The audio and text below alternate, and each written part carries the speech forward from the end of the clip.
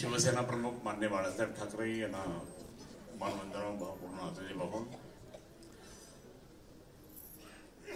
आपल्या सर्वांच्या मासाहेब कैलासाचे सभापती मीनाताई ठाकरे यांना सुद्धा आदरांजली वाहून महाराष्ट्रात ज्यांचं नेतृत्व यशस्वीपणे वाटचाल करत होते शेतकऱ्यांसाठी गरिबांसाठी आणि विकासाचं काम मुख्यमंत्री म्हणून ज्यांनी केलं होतं ते उद्धवजी ठाकरे साहेब आपल्या शिवसेना पक्षामध्ये त्यांना सुद्धा मानाचा मुजरा करून आदित्य ठाकरे साहेबांना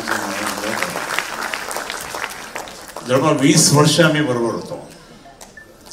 गीते साहेब आणि आम्ही दोघंही 20 वर्ष त्या ठिकाणी होतो. ते कधी नेते कधी मी होतो, कधी मी नेते तर ते मंत्री, असं नेहमी असायचं. मी महाराष्ट्राचा मंत्री असताना सुद्धा ते खासदार म्हणून माझ्याकडे आले होते. त्यावेळेसही त्यांना आम्ही मदत केली होती. परंतु प्रत्यक्षात त्या ठिकाणी लोकसभेत काम करत असताना आम्हाला माहिती आहे किती अडचण येतात.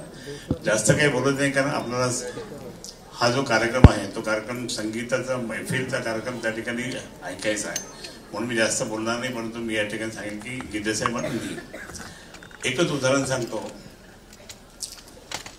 15व्या लोकसभेमध्ये त्या ठिकाणी न्यूक्लिअरचा प्रॉब्लेम झाला होता, न्यूक्लिअर, आणि आम्ही सर्वजण त्या ठिकाणी एकनिष्ठपणे शिवसेना प्रमुखांचा आदेश होता आमच्याकडे, पण तरीही त्या ठिकाणी काही जण जाणार अशी बातम्या यायच्या.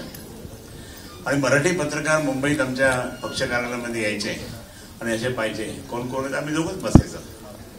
अरे हे दोघंच एकनिष्ठ म्हणे, असं नाही म्हटलं सगळेच आहे, मग कुठे गेले ते म्हटलं असतीलच. आणि म्हणून ज्यावेळी असं कळलं की असं, नंतर तुम्हाला सांगतो की बातम्या इतक्या मोठ्या आल्या. माननीय साहेबांनी त्यावेळेस मला विचारलं, काय रे काही गडबड आहे का? रात्री 11:30 वाजता फोन आला. म्हटलं असं वाटतं साहेब. मग काय करायचं? काय नाही, सगळ्यांना उद्या सकाळी 11:30 वाजता मातोश्रीमध्ये बोलून घ्या. अरे पण आता अधिवेशन चालू म्हणून तुमच्यासमोर अधिवेशन काय कामाचं? ठीक आहे सांग, मग उद्धवजींना सांग. मला गीते साहेबांनी सांगतो. मग गीते साहेबांना रात्री मी उठवला, साहेब असं आहे. आणि तुम्हाला सांगतो की सगळ्यांना फोन केले, कारण आम्हाला सर्व खासदारांना त्यावेळेस तिकीट वगैरे काढायचं काही अडचण यायची. इमिजिएटली आमचा एजंट आणून द्यायचा. सगळे 11:30 वाजता त्या ठिकाणी मातोश्री साजरा. आणि ज्यावेळेस असं वाटलं का काय साहेबांनी बोलवलं म्हणजे काहीतरी करून, साहेब आले आणि आम्ही सगळे उभं राहिलो आणि पाया पडायला गेलो. कोणी माझ्या पाया पडायचं नाही, कोणी माझ्या पाया पडायचं नाही. बसा पण म्हटले नाही ते.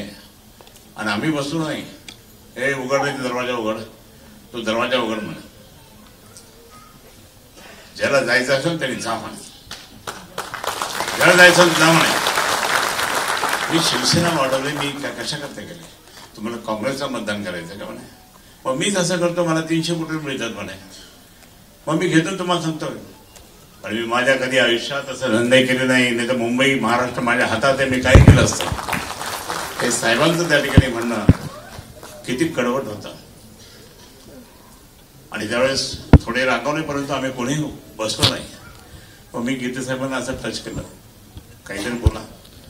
मग गीते साहेब म्हणे की साहेब आम्ही कोणीही जाणार नाही, शिवसेना सोडून कोणी जाणार नाही, आणि आम्ही तुमच्या चरणाशी आहोत. आणि पटापट आम्ही सगळे खासदार त्या ठिकाणी त्यांच्या पाया पडलो. ठीक आहे बसा. आणि नंतर मग एकेकाची चौकशी केली. हे नेतृत्व जर आज असतं ना, हे सगळे दाड्या पिड्या सगळे गायब झाले असते. कोणीच असं. माननीय उद्धवजींना किती त्रास होतो. उद्धवजी त्या ठिकाणी, आता आम्ही दोघंही त्या ठिकाणी नेते आहोत. आम्ही जे नेते झालोय 4, त्यामध्ये ते दाढी पाहिले, दुसरं माझं नाव, तिसरं यांचं नाव, चौथं त्या ठिकाणी अडसुळांचं नाव. अडसूळ गेले ते गेले, पण आम्ही दोघं त्या ठिकाणी एकनिष्ठ राहिलो. कारण आम्ही एकनिष्ठ आहोत. बालपणापासून त्या ठिकाणी शिवसेनेचा एक इतिहास आमच्या पाठीमागे होता. गीते साहेबांना अनेक, म्हणजे महानगरपालिकेचे ते विरोधी पक्षनेते असतानापासून मी पाहतो. आणि म्हणून त्यांचं जे काम होतं ते काम जबरदस्त कोकणामध्ये होतं.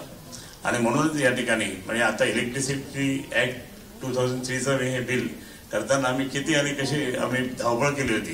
कारण आपले नेते त्या ठिकाणी बोलतात आणि आपल्या नेत्यांच्या म्हणजे मंत्रिमंडळाने त्या ठिकाणी सँक्शन करतात.